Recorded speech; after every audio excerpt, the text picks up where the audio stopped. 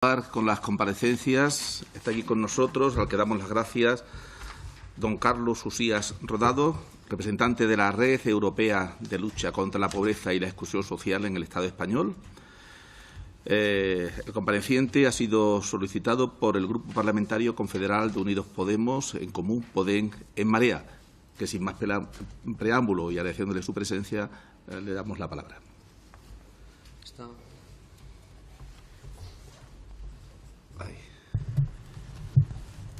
Buenas tardes y muchas gracias, ¿no?, por estar aquí y por habernos permitido comparecer ante esta tramitación de la ILP que han presentado los sindicatos, ¿no?, para la renta mínima, establecer una renta mínima en el ámbito de la protección de la seguridad social. Primeramente, indicarles que la EAPN es una red de entidades sociales a nivel europeo, estatal, y estamos en todas las comunidades autónomas, estamos en todos los países de la Unión Europea y somos interlocutores habituales con la Comisión Europea y, por supuesto, a nivel del Estado. Somos unas 8.200 organizaciones sociales en todo el Estado, ¿no? Y nuestro ámbito de trabajo es el tema de pobreza y exclusión social, ¿no? Eso es en lo que nos dedicamos. Hablar de rentas mínimas para nosotros es un elemento esencial. Nosotros hemos estado defendiendo sistemáticamente la necesidad de una estrategia nacional contra la pobreza y la exclusión social, pero dentro de esa estrategia siempre hemos dicho que sería piedra angular el tener un verdadero sistema de rentas mínimas a nivel estatal. Miren ustedes, la situación actual, el contexto que tenemos en estos momentos en España, es que tenemos, según el indicador europeo de pobreza y exclusión social, indicador que crea la Comisión Europea con el acuerdo de los Estados miembros. Esto no lo hemos creado las ONGs. Esto son datos y es como decide la Comisión Europea, la Unión Europea, junto con los Estados miembros, cómo se debe de medir la pobreza y la exclusión social en Europa y también, por supuesto, en España. El indicador AROPE, que es como lo conocemos, en España arroja un 29,7%, que es aproximadamente 13 millones de personas en situación de pobreza y exclusión. En Europa es el 23,7%, 6 puntos menos. Desigualdad en España también damos unos datos donde el 20% más pobre, ¿no?, y en la diferencia entre el 20% más pobre y el 20% más rico es 6,6 veces, ¿no?, la diferencia que hay entre ellos, mientras que en Europa Europa de 28 es de 5,2, y el 10% más rico en España tiene aproximadamente la misma renta total que el 50% de la población. Es decir, estamos hablando de unos niveles de desigualdades importantes. También nos dice este indicador europeo que el 53,3% de las familias monoparentales están en riesgo de pobreza y exclusión. Monoparentales, que verdaderamente son monomarentales, es decir, porque más del 80% son mujeres las que están al frente de estas familias. No, y dentro, con lo cual en España vemos que que el tener hijos es un factor de riesgo para poder entrar en situación de pobreza. Tenemos un 31,7% de pobreza infantil. Y luego además tenemos, hablando de contexto, una desigualdad territorial muy importante. Tenemos un país partido por la mitad. Podemos hacer un mapa, dibujar el mapa de España, y podríamos hacer una línea por Madrid, ¿no?, y veríamos que todo lo que queda por encima de esa línea está entre 2 y 15 puntos por debajo de la media del AROPE, ¿no?, y todo lo que está por debajo de esa raya está entre 5 y 17 puntos por encima de la media del AROPE, con lo cual tenemos una desigualdad territorial extremadamente importante.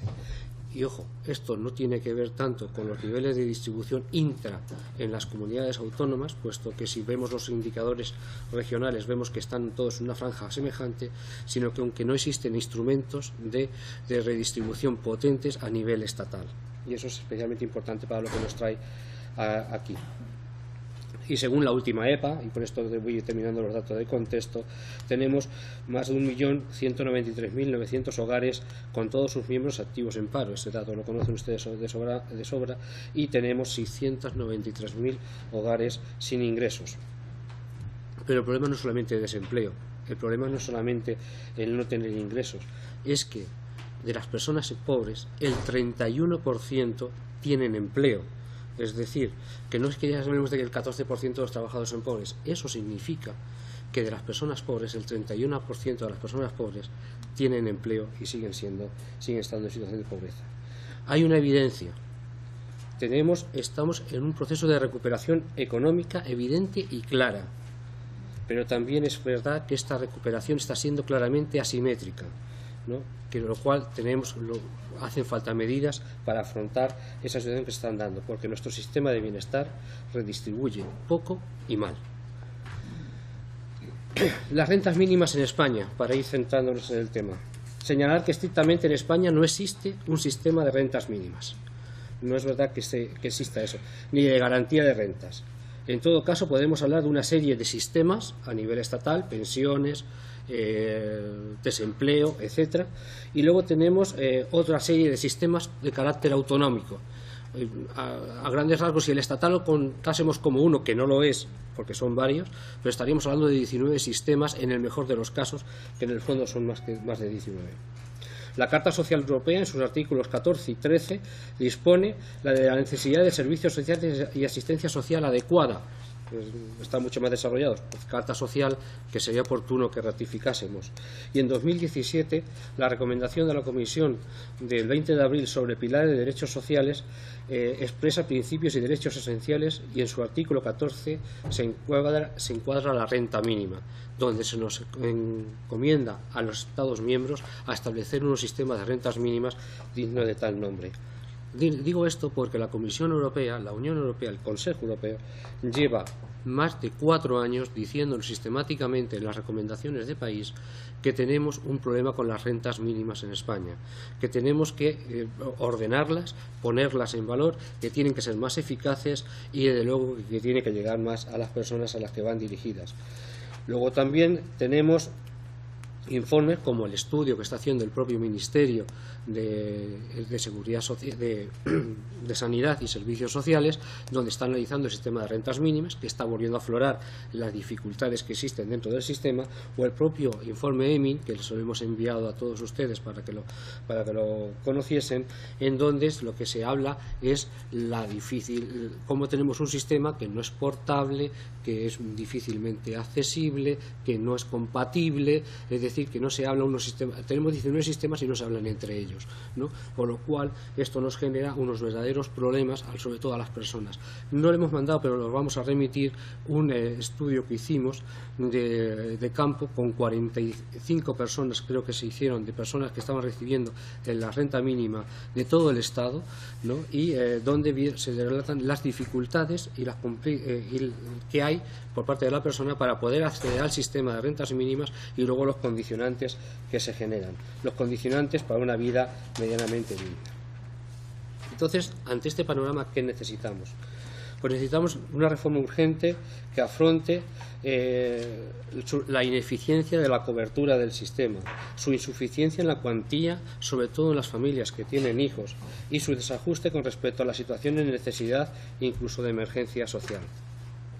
Nuestro mosaico de rentas mínimas, no quiero llamarlo sistema para que no haya equívocos, este mosaico que tenemos de rentas mínimas tiene una innecesaria perdón, es que estoy un poco resfriado y se me nota, tiene una innecesaria complejidad debido al número de prestaciones y niveles administrativos en el que se maneja. La situación termina fijando a las personas empobrecidas a un territorio, porque como te muevas de donde estás, corres serios riesgos de poder perder la prestación que tienes. Debido a la discrecionalidad presupuestaria, se producen muchas situaciones de no acceso al sistema, en el sentido que en muchos casos no es un derecho, ¿no?, sino que es simplemente según disponibilidad presupuestaria, con lo cual tienes muchas más dificultades. Mejor que caigas en la necesidad de la renta mínima en el mes de abril y mayo, y que no caigas en el mes de noviembre, porque entonces ya se ha agotado y ya tienes que esperar al año que viene. Los retos: revisar lagunas del sistema, ¿no? Tenemos sobre todo personas que no acceden de ninguna manera. Por ejemplo, las personas sin hogar tienen una gran dificultad, a no ser que muchas entidades sociales, y lo hacen, se dedican directamente a empadronarlas en el momento que pueden. Pero entonces empezamos con los procesos del tiempo que deben de estar fijados en el territorio, etcétera. Simplificar y ordenar el mosaico. afrontar las desigualdades territoriales que se están dando en estos momentos en el sistema de rentas mínimas, que son impresionantes, mejorar los sistemas de información, mejorar la coordinación entre los servicios de empleo y los servicios sociales. Y aquí quiero decir que, por ejemplo, hay un instrumento de gobernanza blanda, que es la red de inclusión social a nivel estatal, donde están todas las comunidades autónomas con los servicios de empleo y los servicios sociales, y que están teniendo un nivel de colaboración alto para tratar de poner un poco de coherencia, y están intentando en estos momentos porque exista esa coordinación entre servicios sociales y empleo en las distintas comunidades autónomas. También está en esa red de inclusión el propio Ministerio de Sanidad y Servicios Sociales, el Ministerio de Empleo, por supuesto, las organizaciones sindicales, organizaciones empresariales y las entidades sociales. Es un elemento de gobernanza blanda, pero es verdad que puede ser muy positivo, ¿no? Y sobre todo, tenemos que superar la trampa de la pobreza, es decir, que no nos encontremos que por las condiciones en las que viven las personas y la manera que tienen que estar sujetas a determinados niveles de garantía les impidan poder hacer una acción positiva para poder salir precisamente de esa situación de pobreza, poder activarse en el empleo. Por ejemplo, una mujer que tenga con hijos a cargo, que tenga que cuidar a sus hijos y no tiene instrumentos alrededor que le permita la crianza también de los hijos, difícilmente se va a poder activar para el empleo. Es decir, que no solamente que tenga empleo, es que tiene que tener con quien cuida a los hijos. En el caso de mujer, o sea hombre, pero como ya digo que el 80% de las familias monoparentales son mujeres, con lo cual por eso pongo ese ejemplo, ¿no? Para conseguir estos retos parece haber como tres opciones, ¿no? Tendríamos que reformar todo eso en su conjunto o mejorarlo sustancialmente, lo que se puede hacer a través de distintas vías. Otra podría ser una ley básica que aglutinase todo el sistema, que lo veamos más complicado, y luego puede ser otro instrumento, como puede ser el desarrollo de la proposición de ley de prestación de ingresos mínimos en el ámbito de la protección de la seguridad social, como un buen paso para la mejora del sistema a futuro, ¿no? Valoración sobre la ILP. Y ya he dicho que no iba a agotar todo mi tiempo, ¿no? La consideramos no solamente necesaria, sino también muy urgente. Es un buen instrumento contra la pobreza severa. Ninguna renta mínima termina con la pobreza, eso no se nos olvide, pero sí es un instrumento muy poderoso contra la pobreza severa. Y desde este acuerdo voy a realizar unas valoraciones de algunos aspectos que tendrían que mejorarse y con algunos con los que no terminamos de estar puntualmente de acuerdo. El énfasis en las personas demandantes de empleo y en la empleabilidad no nos parece adecuado a la realidad de muchas personas que están en situación de pobreza. Tenemos muchas personas que están muy alejados del mercado de trabajo. Tenemos muchas personas, como pueden ser personas sin hogar, o como pueden ser personas que tienen otro tipo de dificultad, o por ejemplo, que tenemos con irregularidad sobrevenida y demás, que es muy difícil que puedan estar en estos mecanismos. Por lo tanto, no nos parece que necesariamente tenga que estar ligada a la demanda de empleo, sino que tiene que estar ligada a la cuestión a la necesidad de las personas, ¿no? A la necesidad del hogar.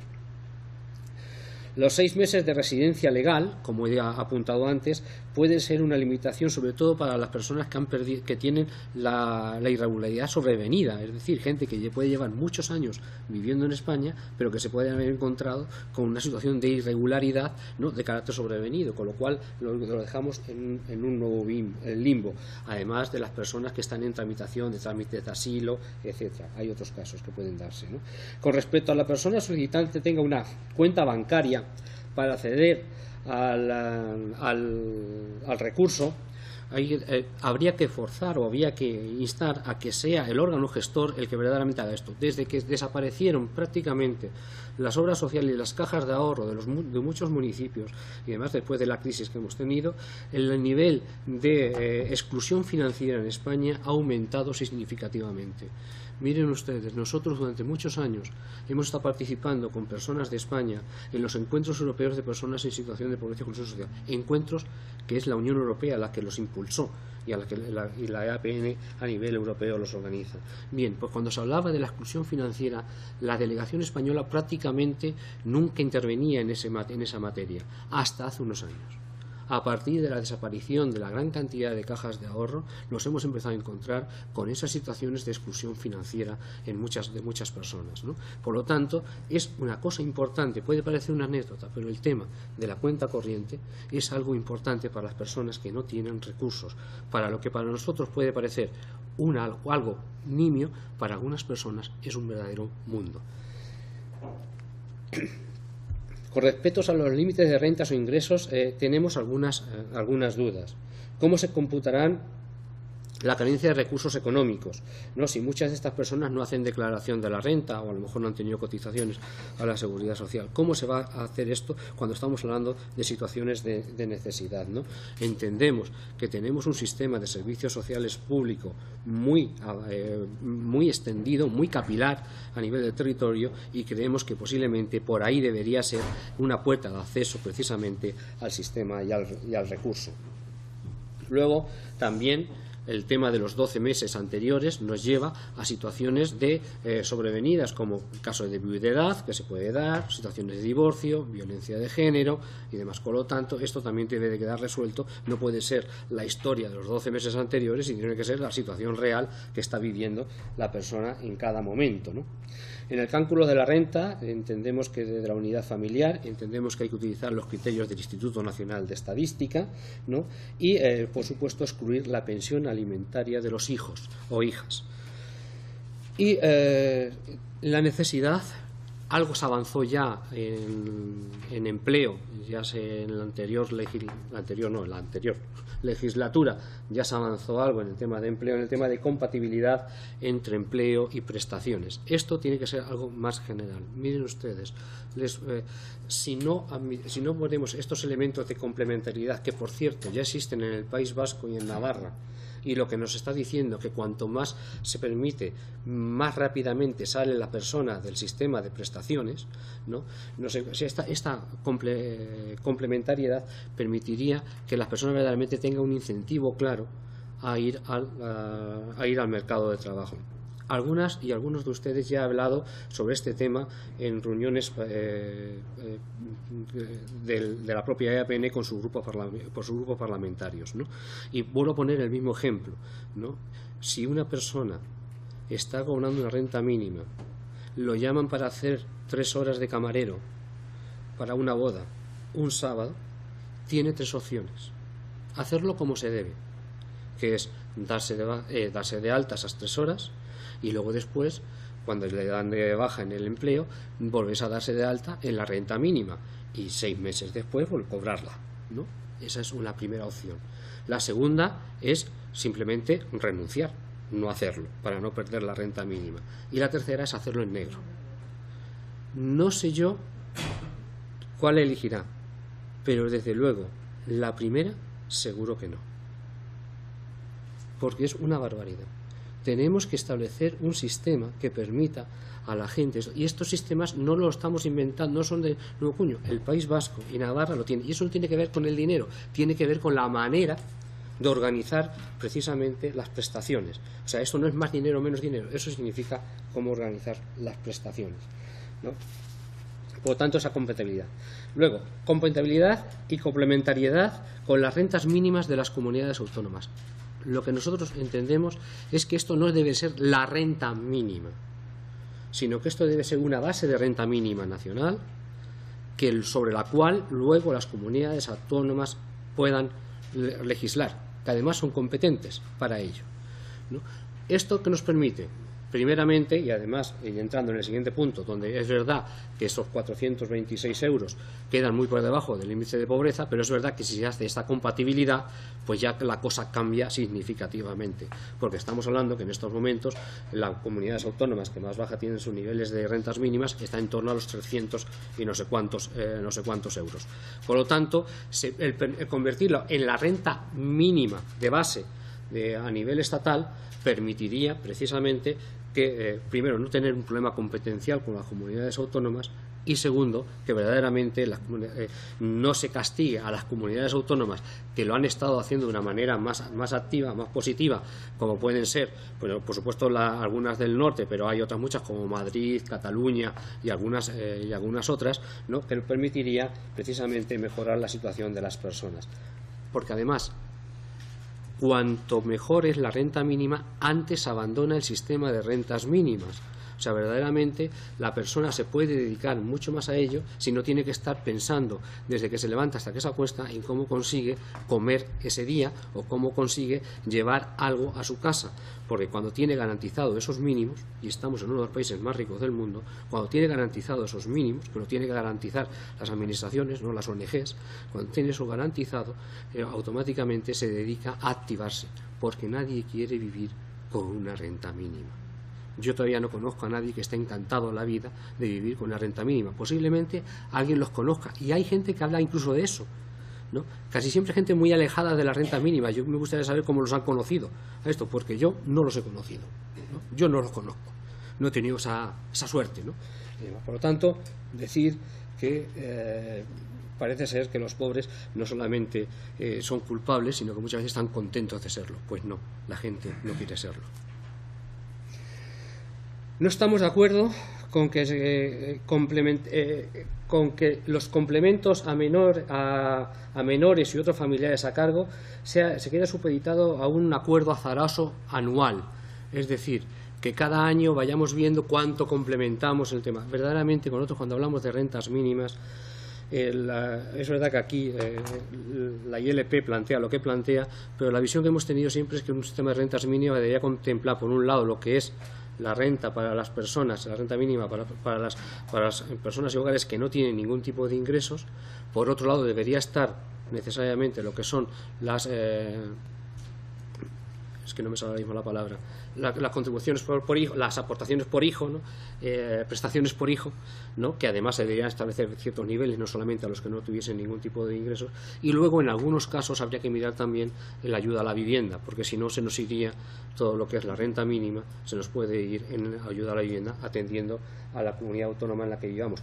Una cosa que se me olvidaba antes cuando he hablado de la complementariedad entre las rentas mínimas autonómicas y esta de base estatal, es que haciéndolo así también nos adecuaríamos mucho más a las diferencias de coste de vida que hay entre comunidades autónomas, que no es tan grande como algunos dicen, porque los pobres de Barcelona no van a comprar al Paseo de Gracia, ¿no? Generalmente suelen ir también al día, que suele tener precios muy parecidos a los pobres que compran en el día de Sevilla.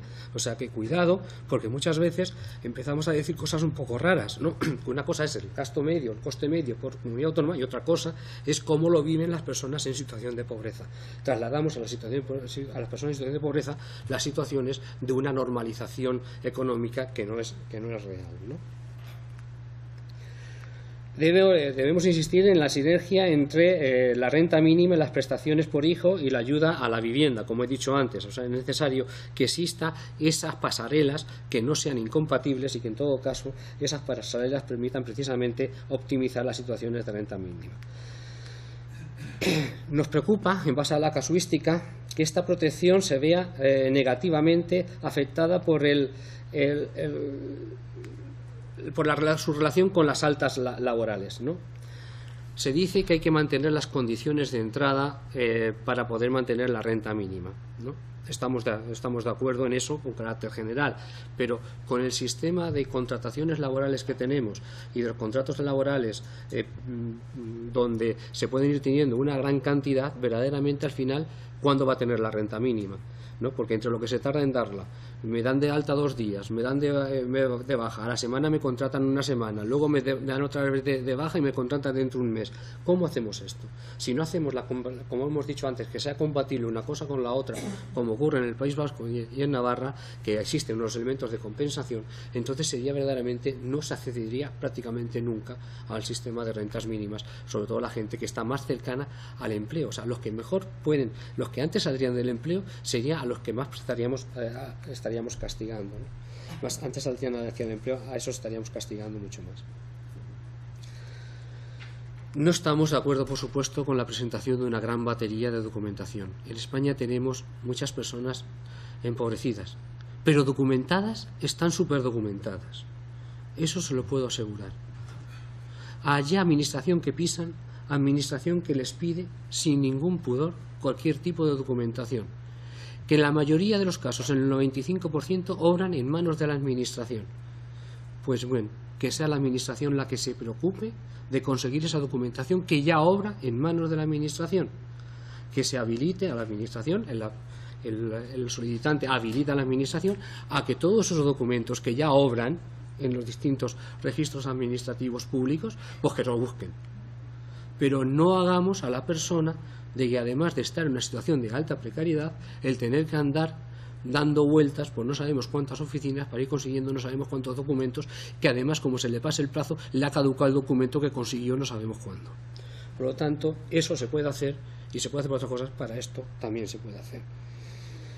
La condicionalidad, como hemos dicho antes, también nos preocupa. Y sobre la gestión de la prestación, pues nos interesa especialmente que haya evaluaciones de impacto. Es decir, está muy bien que se diga a cuánta gente se atiende, a cuánta gente se ha recibido, cuántas prestaciones se han dado, cuál es el nivel de eficiencia, eso está bien, pero también el nivel de impacto. ¿En cuánto hemos afectado a la pobreza severa? ¿La hemos reducido o no la hemos reducido?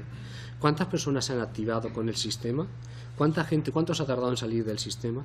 Eso sería un elemento que para nosotros sería especialmente importante. Y finalmente, como he dicho, no quería alargarme mucho, hay que darle una vuelta al lenguaje sexista de la proposición, ¿no? Un ejemplo, el más suave que se me ocurre: no son beneficiarios, son personas beneficiarias, ¿no? En fin, o si no, para no andar con el beneficiario y beneficiarias, y niños, niñas, en fin, todas esas cosas, ¿no? Pero sí, mirar un poquito el lenguaje también nos vendría bien. A grandes rasgos tengo un documento que luego también se lo podemos hacer llegar, que es todo esto que he dicho, digamos que mejor explicado, porque me han ayudado los servicios técnicos de la red, ¿no? Con lo cual está mucho mejor dicho, ¿no? Y que por supuesto se lo haremos llegar. Pero esta es un poco nuestra posición. Es importante, verdaderamente, un buen sistema de rentas mínimas, activa sobre todo para el empleo. Y además un buen sistema de rentas mínimas, que no se nos olvide. Muchas veces se habla de que cuando se dice que hay que bajar impuestos, se dice que hay que devolver dinero a la sociedad, y yo en eso estoy de acuerdo. Hay que devolver dinero a la sociedad, pero es mucho más eficiente para el desarrollo económico devolver por abajo que devolver por arriba. Porque cuando se devuelve por arriba, algo irá al consumo, una pequeña parte, porque el que está por arriba ya consume lo suficiente. El que es rico, ¿no? Para hablar, ya consume lo que considera oportuno, y si se devuelve más dinero, pues una cosa lo ahorrará, otro lo invertirá, lo cual es positivo y está muy bien, ¿no? Pero si lo devolvemos por abajo, y devolver por abajo es un sistema de rentas mínimas, en definitiva, ese dinero va directamente al consumo, no va a ningún otro sitio, no tiene ninguna otra posibilidad, porque ese dinero va directamente a la tienda de la esquina, no a otro sitio. Tenemos que hacer, y esto además, y en el camino del dinero que llega desde los impuestos, que llega a la tienda de la esquina, en ese camino hemos conseguido que las familias estén un poco mejor en este país. Muchas gracias.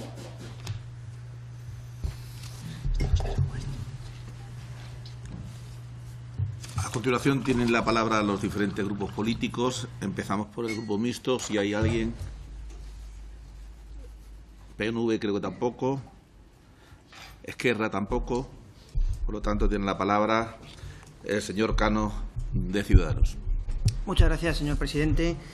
Bueno, agradecerle a don José Ignacio, al señor Uxía, por su comparecencia, por aportarnos estos datos terribles de lo que está ocurriendo en nuestra sociedad y también, como no, pues en el resto de países, que también, oiga, pues, habiendo un pobre, pues o un niño pobre que no puede ir al colegio o no puede tener sus necesidades básicas cubiertas, pues habrá que intentar atenderle y poner todo el mecanismo del Estado a ello. Hablaba de las competencias y también, al igual que el resto de comparecientes, sobre la cantidad ingente. Hablaba del tablero de las 19 sistemas, ¿no?, que existen actualmente en nuestro país, cada uno actuando de una determinada manera, con lo cual lo que genera son muchísimas diferencias entre los distintos ciudadanos, oiga, dependiendo de qué territorio vivimos, no siendo ciudadanos españoles iguales en derechos y en obligaciones. Y en esta materia, pues también el Tribunal Constitucional había hecho hincapié en que la asistencia social estaba en manos de las comunidades autónomas y en este mismo año, en una reciente sentencia, pues había dicho que si no lo hacíamos de esta manera vaciaríamos las competencias de las comunidades autónomas, y también un anterior compareciente del Servicio Jurídico de la Seguridad Social dijo que en los términos en los que estaba planteada la ILP podría ser inconstitucional por esto mismo. Entraríamos a pues bueno, legislar sobre competencias exclusivas de las comunidades autónomas. ¿De qué manera podríamos revertir esto? Porque hablaba que una parte fuese del Estado y otras de las comunidades autónomas, cuando la competencia son de las comunidades autónomas. ¿De qué manera podríamos hacerlo esto? También ha hecho hincapié en las bajas tasas de cobertura y que realmente no están llegando. ¿Cree que a lo mejor tendríamos que priorizar en la puesta en marcha, segmentar aquellos sectores? Todos son necesarios, pero que a lo mejor son más vulnerables y que realmente necesitan una atención más rápida y urgente, e irlas implementando progresivamente. No sé de esta manera cómo lo ve. Han cuantificado en cerca de unos 15.000 millones conforme está planteada la ILP. Atendiendo a la situación económica en la que nos encontramos, con un 100% de deuda, ¿de qué manera podríamos empezar a implementar todo esto? Sin duda, hay que intentar llegar a todos los ciudadanos, pero ¿de qué manera podemos hacerlo sin menoscabar otros servicios públicos como la sanidad, la educación, otros servicios públicos esenciales para nuestro país? Ha hecho usted hincapié, y creemos que es muy bien planteado, que es el poder compatibilizar ciertas ayudas, ciertas prestaciones con el trabajo. Efectivamente, hay mucha gente que, pues bueno, planteaba los tres escenarios, y a mí personalmente, en otra área profesional, pues me ha ocurrido que ha habido gente que no ha querido trabajar y ha preferido continuar cobrando la prestación porque no querían que le diesen de alta. Sin duda, lo que hay que intentar es que aflore todo el trabajo, aunque sean 2 horas, aunque sea un día, aunque sea una semana, esté cotizando y esté trabajando con toda la seguridad de la legislación vigente. De qué manera un poco pues, también podemos intentar hacer un poco hincapié en este sentido. Y no lo ligaba a las políticas activas de empleo. Habrán determinados sectores de la sociedad que a lo mejor les resulte más complicado poder acceder al empleo y sí realmente necesitar una ayuda. ¿De qué manera podemos conjugar esto? Porque yo creo que, y lo había dicho anteriormente, nadie quiere ser pobre. Todos queremos tener un trabajo digno, en unas condiciones dignas, en las que podamos mantener a nuestras familias y podamos desarrollar un proyecto personal y familiar y poder aportar cuanto más a esta sociedad. Pero, sin duda, si no lo ligamos un poco a políticas activas de empleo, si no ayudamos a que esas personas que se han caído en el camino, las cojamos de la mano y los intentemos reinsertar en la sociedad, en el mercado de trabajo, pues bueno, creo que va a ser difícilmente soportable esto a largo plazo, empezando para ellas, para estas personas en primer lugar. Y después ha hecho también mención a que realmente tenemos trabajadores que trabajan sus 40 jornada completa, sus 40 horas semanales y que no llegan a final de mes. Son trabajadores pobres que no pueden mantener a sus familias. Nosotros proponemos el complemento salarial, que esto también ayudaría a que la gente tuviese que hacer la renta, tuviese que aflorar todos sus ingresos y se les pudiese ayudar de una manera para que pudiesen llegar a final de mes, pudiesen dar la educación y cubrir las necesidades de sus hijos y que realmente no existan, ayuden a que no existan niños pobres. Pues bueno, no sé qué le parece esta medida también. Y bueno, pues agradecerle de nuevo su comparecencia y muchísimas gracias. Muchas gracias. Por Unidos Podemos, En Común Podem, En Marea, señora Franco tiene la palabra. Muchas gracias y muchas gracias también a la EAPN por su comparecencia. La verdad es que nos ayuda mucho escuchar sus opiniones y más que sus opiniones, sus saberes, ¿no? Porque al final sois los colectivos que trabajáis día a día con las personas que peor lo están pasando, los que mejor nos podéis orientar en las soluciones. Y gracias también por el informe que ha dicho que nos va a remitir, porque seguro, con seguridad, nos va a ayudar a tramitar esta ley mucho mejor y adaptarla más a las necesidades sociales de nuestro país. La verdad es que las necesidades de nuestro país son desoladoras y así lo muestra el informe AROPE que ustedes publican cada año. Este es el 7º año que lo publican, si no recuerdo mal.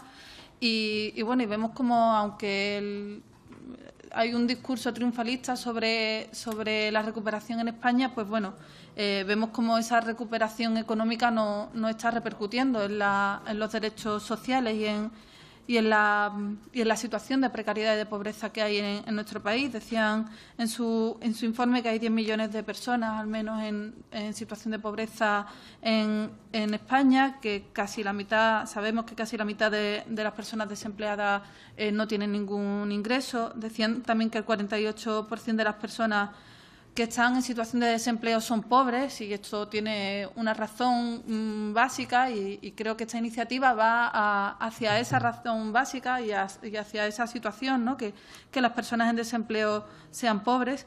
Decían también que hay un 25% de las personas que son inactivas que también son pobres, y bueno, y esto también viene a hacer que pensemos sobre cómo concebimos los servicios públicos de empleo, que muchas veces no hacen una función que debería ser fundamental y básica para los servicios públicos de empleo, que es hacer de agencia pública de empleo, y sin embargo esa competencia se la ha dado a empresas privadas que se están enriqueciendo en base a la precarización de las condiciones laborales de nuestra población, que un 62% de las personas de la población tiene dificultades para llegar a fin de mes, y como usted mismo ha dicho, la grave situación que viven las mujeres, ¿no? En general las familias monoparentales, pero sobre todo las mujeres, puesto que la mitad de las familias monoparentales son pobres y la mayoría son mujeres. Creo que en esta situación es fundamental que pensemos que,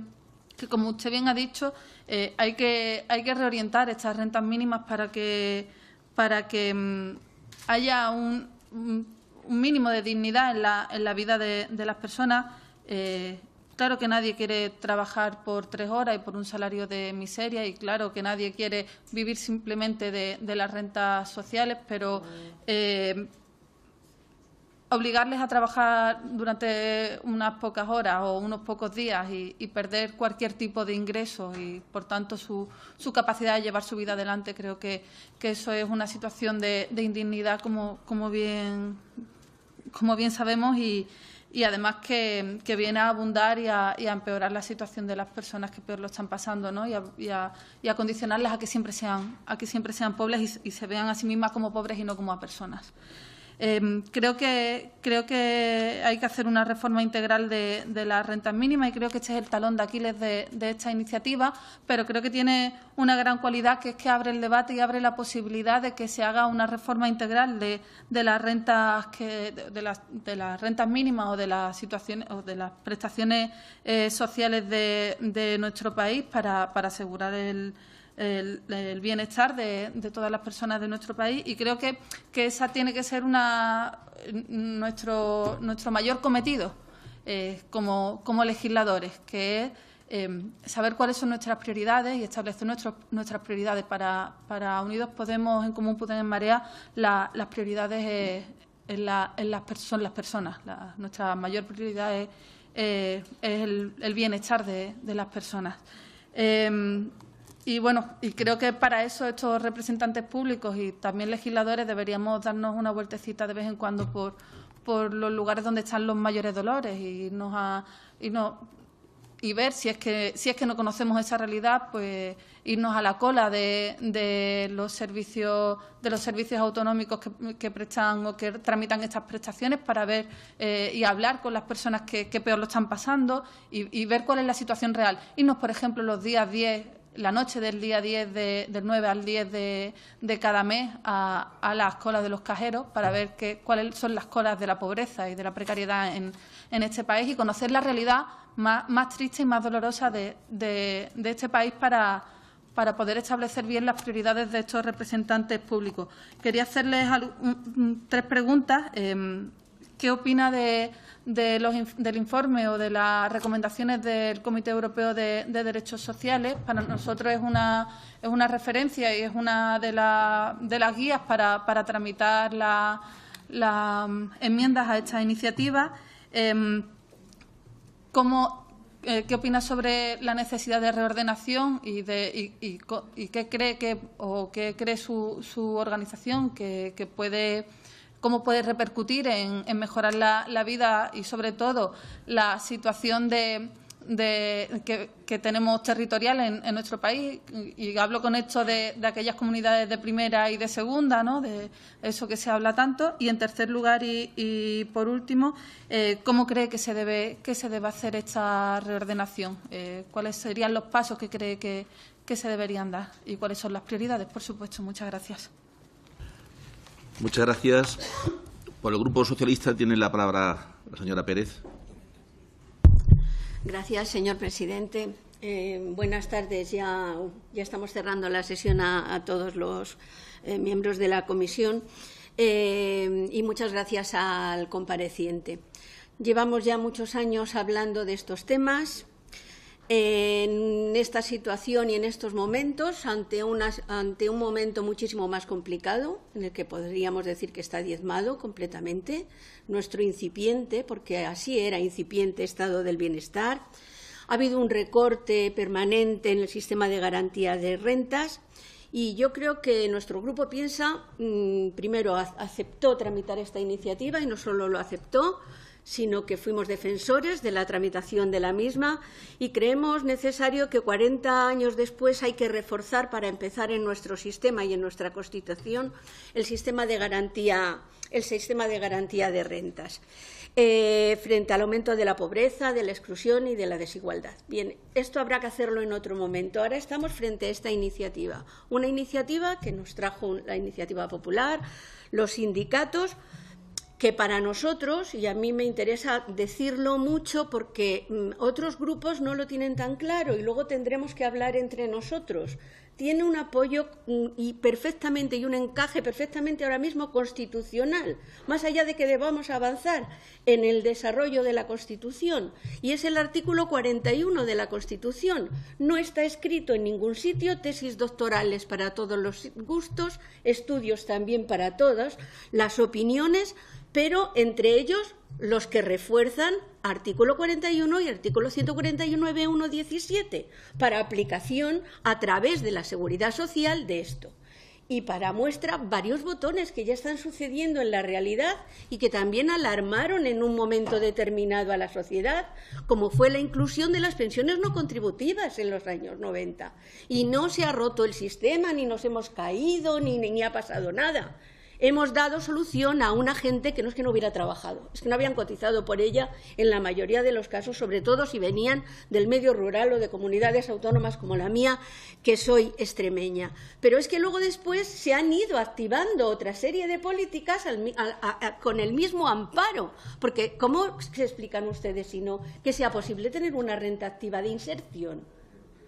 Yo creo que el problema es encontrar un modelo y una renta que garantice salir de la pobreza a aquellos casos en los que realmente, y son muchos, en nuestro país se están produciendo situaciones que de verdad nos deben avergonzar a todos y a todas los que aquí estamos.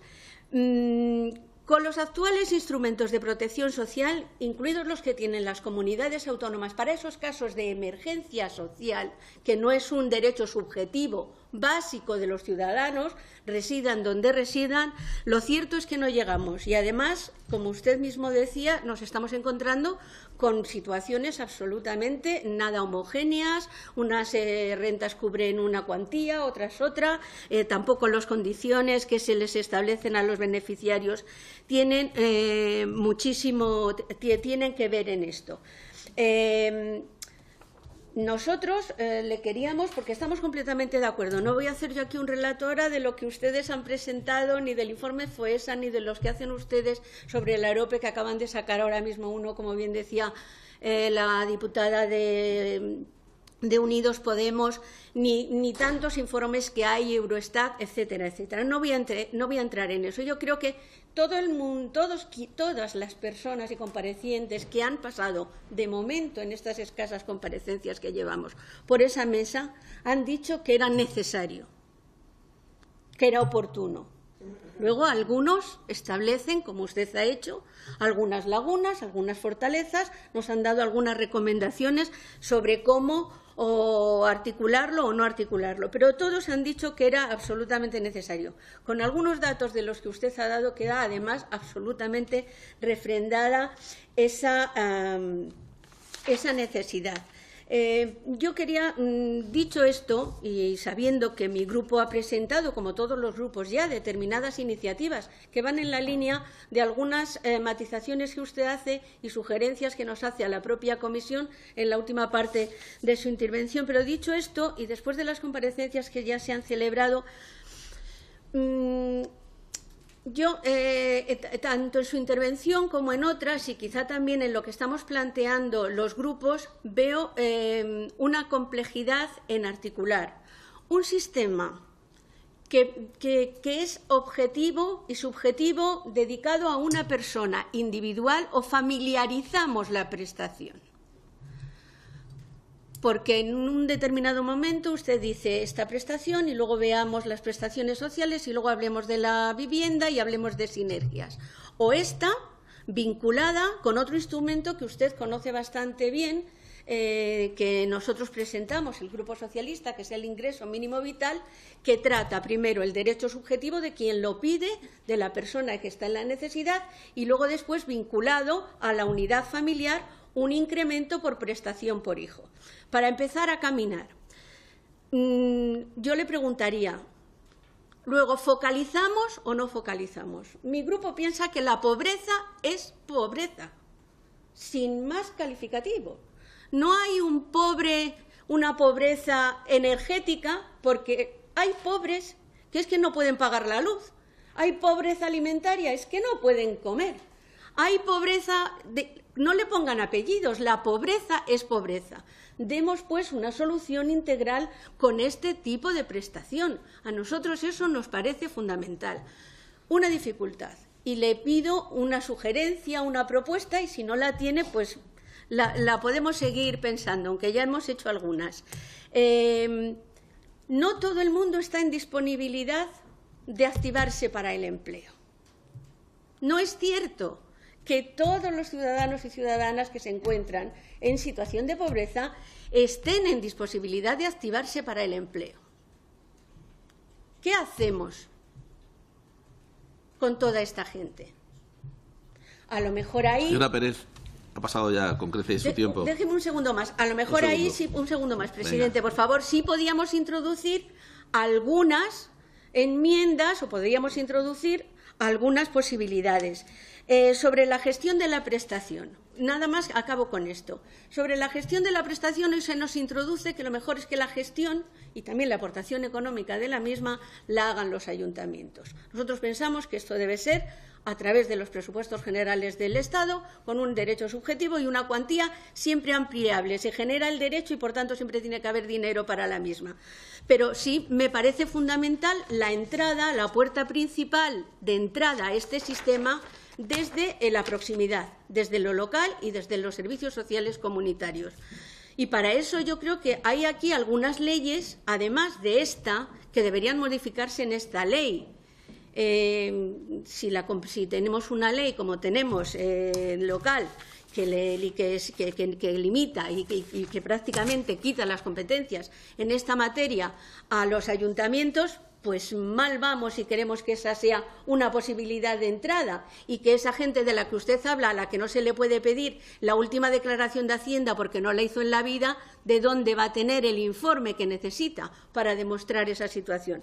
En fin, yo creo que hay un montón de cosas, me gustaría preguntarle muchísimas más, pero, en fin, flexibilizar los requisitos es algo que nos han dicho continuamente, porque, y no sé si está usted de acuerdo, porque la rigidez de los requisitos lo que hace es dejar fuera precisamente a los más pobres. En fin, y otra serie de cuestiones que, como estamos en contacto siempre, pues ya seguiremos hablando. Muchísimas gracias, presidente, por su generosidad y, bueno, yo creo que a ver si somos entre todos capaces de sacar esta gran iniciativa. Gracias, señora Pérez. Por el Grupo Popular tiene la palabra la señora Marcos. Muchas gracias, presidente. Dar las gracias de entrada al compareciente y pedirle una aclaración. Entiendo que este es el último informe del que están hablando. Este es un resumen del último informe, ¿verdad? Es un resumen ejecutivo del 2008 al 2016. Entonces, ha comentado usted, seguro que a todos se nos traba a veces las cifras, que estábamos en una tasa AROPE ahora del 29,7%. Ha dicho usted, y según lo que dicen aquí, estamos en el último año, que es el 2016, en el 27,9%. Lo digo a los efectos del diario de sesiones y más que nada porque es que ese 29,7 estaría por encima del máximo que se tuvo nunca. Entonces, pues por no generar una alarma excesiva.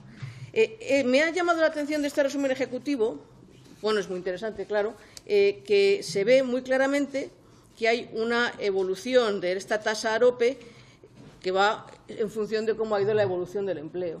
O sea, desde el 2007 al 2014, con la crisis económica, con los 5 años terribles que tuvimos de recesión, hay un crecimiento, y a partir del 2014 hasta el 16, que es el último el que tienen ustedes datos, hay una bajada. Estamos ahora en bajada. Y respecto a datos, yo quería pedirle su valoración de la oportunidad y el momento, de cómo ha cambiado el momento desde que se presentó la iniciativa legislativa a hoy. La iniciativa legislativa empieza con un repaso de los datos, y ese repaso de los datos ha quedado, por suerte, por fortuna para todos, bastante anticuado. Se hablaba de un paro registrado del 23% y estamos en el 16%, no es lo mismo. Se hablaba de nada menos que 5,8 personas en paro, llegamos a ser más, ahora estamos en 3,7, sigue siendo mucho, pero no son 5,8. Se hablaba de 1,7, 1,8 casi hogares en los que todos los miembros estaban en paro, ahora estamos en 1,1, sigue siendo mucho, pero no es igual. Entonces, hay un cambio de situación y, lógicamente, esta tasa AROPE, que ya está bajando, el próximo año volverá a estar más abajo, y eso es bueno para todos. Entonces, esa es la primera cosa que quería pedirle su consideración, porque es usted el quinto compareciente, y sus 4 precedentes, que han sido muy interesantes, usted también, nos han planteado algunas cosas que quería pedirle también su criterio. Para lo que ha dicho, que creo que estamos de acuerdo todos, que es necesario tener un buen sistema de rentas mínimas. Pues sí, es necesario tener un buen sistema de rentas mínimas. Y dice usted que tenemos un mosaico en las autonomías y que sería bueno simplificar y ordenar. Pero, claro, las autonomías son Estado, las autonomías tienen derecho a su autonomía, perdón por la obviedad.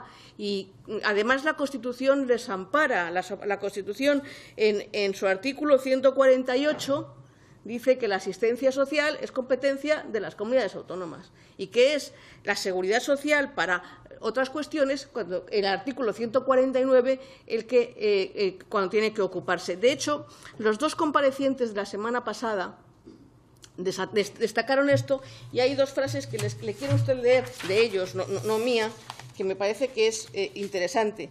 La primera compareciente dijo: parece difícil que pueda articularse alguna interpretación que permita a las Cortes, desde la competencia del Estado, articular este tipo de prestaciones, como conclusión. Y el segundo compareciente dijo: Evidentemente, un ingreso de estas características entra de lleno en esa parte de competencia exclusiva del Estado de Seguridad Social relativa a atender situaciones de necesidad que recoge el artículo 149. También es verdad que las rentas mínimas se han desarrollado amparadas en el artículo 148 de la Constitución, es decir, toda la línea de asistencia social. O sea que aquí hay un asunto que está, digamos, como mínimo en debate, y se tratará de intentar hacerlo de una manera que sea coherente, consistente y que no nos lleve a duplicidades. Los dos comparecientes que le han precedido hoy a usted en el uso de la palabra han comentado algunas cosas que son relevantes. Una, la posibilidad de que en la duplicidad las comunidades autónomas digan, pues si lo da el Estado, yo dejo de darlo. Pues para ese viaje a lo mejor hacían falta menos alforjas.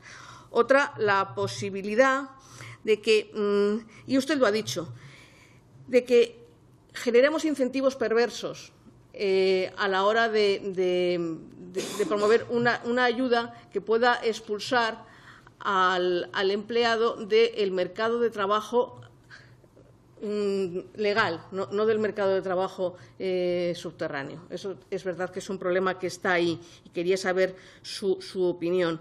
Los dos comparecientes previos a usted han dicho que estaríamos hablando de unas ayudas que elevarían el déficit entre 1,5 puntos, 2 puntos del PIB, y ya pues eso, y que el riesgo de poner en marcha algo así es que, claro, como tenemos unos compromisos y hay que cumplirlos, y la senda de déficit no acaba de ir al 0% ni para el año 2020, según el primer compareciente, que tengamos que acabar revirtiéndolo. O sea, que se haga una promesa que luego no podamos cumplir y tengamos que revertirlo. Quizá entonces convendría pensarlo para que no llegue a ocurrir eso. Y esta es otra cuestión que yo le quería que usted nos diera su criterio. Y había más, el coste de reversión, los incentivos, y bueno, si usted quiere, es una especie de corolario. El infierno está empedrado de buenas intenciones y quizá no sería bueno que pusiéramos una piedra más nosotros. Ahí es en lo que, como tiene una experiencia acreditada de muchos años, cómo debemos hacer para no poner con una muy buena intención una piedra adicional y, por utilizar otra cita bien conocida, a añadir una ley que, como es inútil, acaba siendo peor que una ausencia de ley, como en el caso de que ocurriera. Muchas gracias y bueno, pues nada más. Muchas gracias, señora Marcos. Señor Susía, tiene la palabra para contestar a los diferentes grupos políticos. Vale, muchas gracias a todos. Los datos son los que son, o sea, son terribles, pero el problema no es el dato, el problema es cómo lo vive la gente. Tenemos en el imaginario, pensamos que el pobre es la persona que está pidiendo en la calle. En España hay unas 30.000 personas sin hogar, que es la peor situación, pero los pobres en España están en la cola del supermercado, la cola del día, van a comprar a sitios de bajo costo y demás. O sea, son esas personas. O sea, que cuidado con confundir determinadas cosas. Estuviese bien que tuviésemos 13 millones de personas en situación de pobreza. Cuando yo he dicho que estábamos en un crecimiento, porque lo estamos en un proceso de crecimiento evidente y demás, lo que también he dicho es que es asimétrico, ¿no? Nos encontramos con que el 25% más pobre todavía está un 12 y pico por ciento por debajo de ingresos que antes de la crisis. El 25% más rico está un 2,2 y pico por ciento por encima. Esa renta, esos ingresos medios de 10.000 y pico euros que hay por cabeza, significan 400 y pico por encima, el 25% más rico, y 400 y pico por debajo, lo más pobres. Claro, que 400 y pico por los más pobres es mucho. 400 y pico por encima de los más ricos no es nada. Pero la realidad es que el crecimiento está asimétrico. Hay crecimiento, porque lo hay. Y estamos en un proceso de mejora de las condiciones económicas, pero no está afectando a todo el mundo por igual. Y eso es una de las cosas a las que yo me quería referir. Las personas pobres no han llegado con la crisis. O sea, la crisis ha hecho la pobreza más intensa y más extensa. Pero los pobres ya estaban antes. Si ahora estamos en 13 millones según AROPE, antes estábamos en 10 millones. Ya teníamos una buena mochila. O sea, no se han generado en los últimos 5 años, sino que la cosa viene de antes. El problema del sistema no es de ahora, es de hace ya bastante tiempo. Con lo cual, decir que estamos hablando de esos términos. Y luego también, ya metiéndome más en temas de los que aquí estamos trabajando, si es cierto que la Constitución habla de asistencia social, que imagino que si alguna vez se reforma, incluso se reformará ese término, ¿no? Que eso ya no lo utiliza nada más que la Constitución, porque ya, ¿no? Automáticamente eso ya no lo utilizamos nadie, ¿no? Prácticamente en ningún ámbito, ¿no? Y demás. Pero sí es cierto que pone ahí, pero también es verdad que el propio Tribunal Constitucional ha dicho que la seguridad social es seguridad social aquello que se considere que es seguridad social. Parece una redundancia, pero es así. O sea, con lo cual es necesario que también tengamos esos elementos en cuenta. Es verdad que ahí hay un gran debate y tenemos que afrontarlo, como lo hubo con la ley de dependencia, que salió adelante, ¿no? Y también hay que ver cómo se pueden respetar las competencias de las comunidades autónomas, y se pueden respetar, y precisamente el sistema que estamos planteando es el sistema de respeto. Y obviamente, si se hace, tiene que hacerse también de acuerdo con comunidades autónomas, porque desde luego en ningún caso, yo cuando digo esa complementariedad es para que sobre este sistema de mínimos, que al ser así se puede graduar en la temporalidad, incluso en la parte económica y demás, porque sobre eso se montaría el sistema de las comunidades autónomas, con lo cual se puede graduar, eso está así. Y luego también se puede priorizar. Me planteaba su señoría de Ciudadanos que había que priorizar por sectores que no tengan ingresos, el no tener ingresos, la primera priorización. Luego está el debate que se planteaba también sobre si es un derecho subjetivo vinculado a la persona o tiene que ser, digamos, lo que son los hogares. Evidentemente, la mejor filosofía es el derecho subjetivo directamente de la persona. Sería la dirección más correcta, pero también se puede graduar. Miremos los hogares si queremos, pero tenemos que arrancar. Hay que arrancar de alguna manera, pero desde luego la idea sería ir al derecho subjetivo, pero mientras tanto a los hogares. Tenemos 690 y tantos mil hogares sin ningún tipo de ingresos. Prioricemos, fijémonos en eso, démosle soluciones a esos hogares y después ya empezamos a hablar de otras cosas. También se habla automáticamente, y si hacemos eso veremos que a lo mejor las cantidades van variando de alguna manera. Ojo, y vuelvo a decir, este dinero es un dinero de desarrollo económico. Según los estudios del Gobierno de Navarra, por cada euro que han invertido en el sistema de renta mínima de inversión social, se está generando un desarrollo económico por valor de 1,07 euros. Esto también tiene que ver con el desarrollo económico de ayudaría. Es más, en los países de la Unión Europea que mejores sistemas de protección tienen, han sido los que mejor han aguantado la crisis y los que antes han salido de ella. Por lo tanto, muy mal, si son ejemplo para alguna cosa, también lo pueden ser para otra.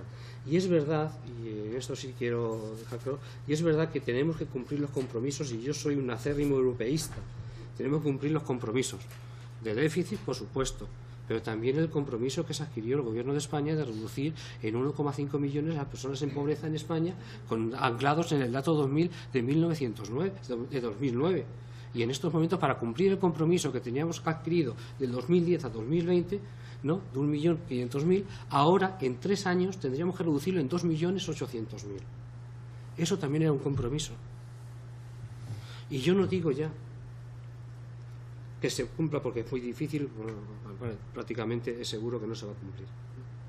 Pero que vayamos en esa dirección, en la voluntad de querer compromiso. Y yo creo que hay algunas cosas que están apuntando. El propio Gobierno está enmarcado en estos momentos en hacer una estrategia contra la pobreza, en la que estamos colaborando, con lo cual, o sea, que verdaderamente hay por lo menos hay, como se ha apuntado antes, se está llevando un debate que bienvenido sea. Es importante, es verdad que para cualquier estrategia contra la pobreza, un sistema de rentas mínimas es piedra angular, es la piedra clave de toda la arquitectura. Es necesario también, cuando se nos planteaba, bueno, mi posición sobre el Comité de Derechos Sociales, yo creo que es casi obvia, ¿no? Y la necesidad de reordenación del sistema. El sistema hay que estudiarlo.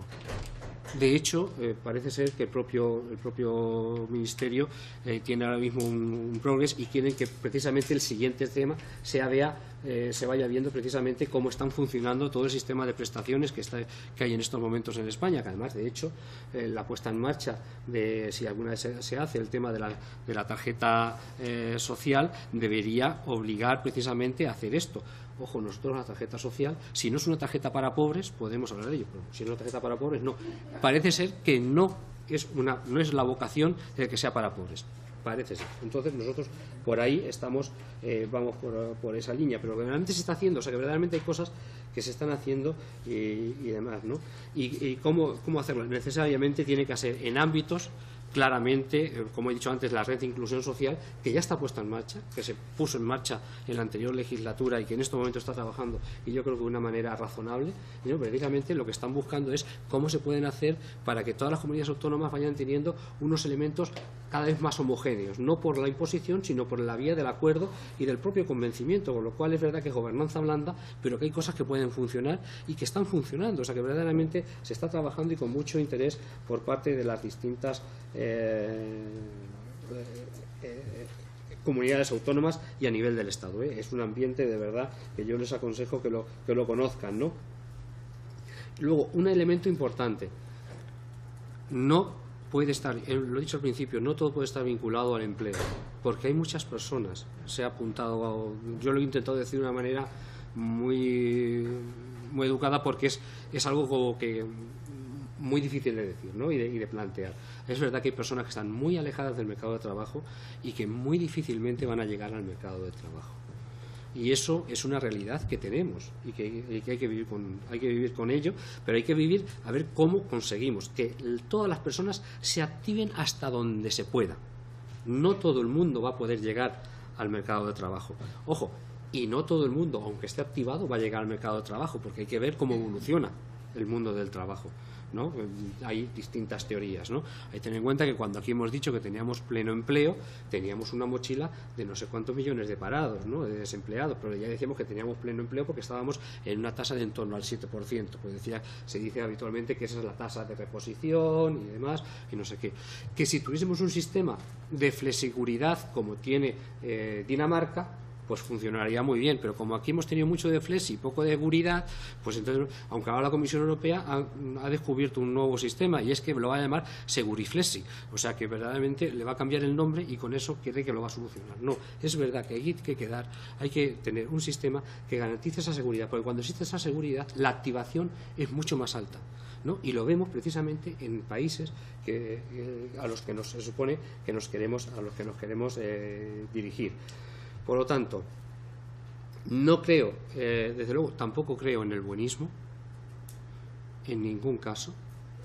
O sea, la gente tiene sus propias responsabilidades, ¿no? Y la gente, por ser pobre, no es buena, pero por ser pobre tampoco es mala. Por ser banquero no se es bueno, tampoco se es malo, depende de lo que hagas. Y lo mismo que aplicamos a la parte alta de la sociedad, se lo tenemos que aplicar a la gente que está en las peores situaciones. Tienen la misma dignidad, están en la misma situación de dignidad. No puede ser que a las personas empobrecidas, además, no sean especialmente consideradas como predelincuentes, en ningún caso. No ha ocurrido aquí, no se ha dicho, pero es verdad que socialmente muchas veces tenemos esa sensación. Hay mucha gente, la inmensa mayoría de la gente, lo que quiere, simplemente que quiere, es tener una vida digna. Y muchos quieren tener un trabajo. Y es más, hay mucha gente que, no pudiendo sostener un trabajo, dice que lo que necesita es un trabajo.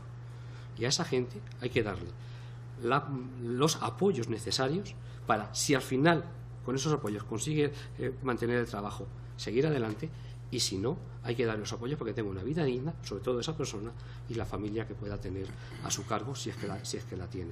Por lo tanto, creo que estas cosas, que esta iniciativa, con esas matizaciones que he dicho, es razonable, es positiva y además va a generar desarrollo económico. Aparte que vamos a generar desarrollo económico evitando dolor a la gente, ¿no? Mejorando la situación de las personas y verdaderamente, primero, redunda en el beneficio económico. En el fondo hay mucha de esa parte de esas rentas mínimas que, como he dicho antes, luego vuelve nuevamente a las arcas públicas. Hay una parte por otro lado se genera desarrollo económico y además creo que estamos activando verdaderamente a la gente. La gente no, si un buen sistema de rentas mínimas no incentiva el no trabajar, es al contrario, es que lo que no puede ocurrir es que si tú tienes una renta mínima, que es lo único que tienes, no puedes renunciar a ella porque te ofrezcan 3 horas de trabajo, un día al mes. No puedes hacer eso, porque le estás pidiendo que renuncie a su vida, ¿no? Y además, durante la crisis, las entidades sociales hemos visto cómo se nos llamaba a mantener a los pobres, a las personas empobrecidas vivas, pero no con vida. Nos duele especialmente determinadas cosas. O sea, hay que tener en cuenta que la gente necesita unos mínimos de estabilidad para poder activarse, porque si no estás en otra cosa, si no es imposible. Por lo tanto, es necesario el tener estos mínimos de vida que pueden garantizar un sistema de rentas mínimas estatal que, como ya he dicho antes, tenemos de ejemplo la ley de dependencia. Pero bueno, también se ha apuntado, lo tenía que apuntado, que el sistema de pensiones no contributivas también es otra parte del sistema. El problema que tiene el sistema de servicios sociales es que llegó muy tarde, porque claro, hablábamos de asistencia social y entonces claro, se empezó a desarrollar lo que entonces era beneficencia en los ayuntamientos, luego con el tiempo se convirtió en servicios sociales, ¿no? Y claro, ese cambio ya le pilló con unas denominaciones un poco extrañas dentro de la cuestión. Ojo, extrañas en el sentido que cuando entonces se puso lo que se conocía. O sea, que no es una crítica a quien lo puso, ¿no? Lo que estoy diciendo es que tenemos que actualizarlo como otras cosas, pero eso también es necesario actualizarlo. No tanto, y desde luego no para quitar competencias, sino para garantizar derechos. Tenemos que garantizar los derechos de las personas. Nada más. Gracias. Muchas gracias, señor Susías, por su importante aportación a esta comisión y sin más se levanta la sesión.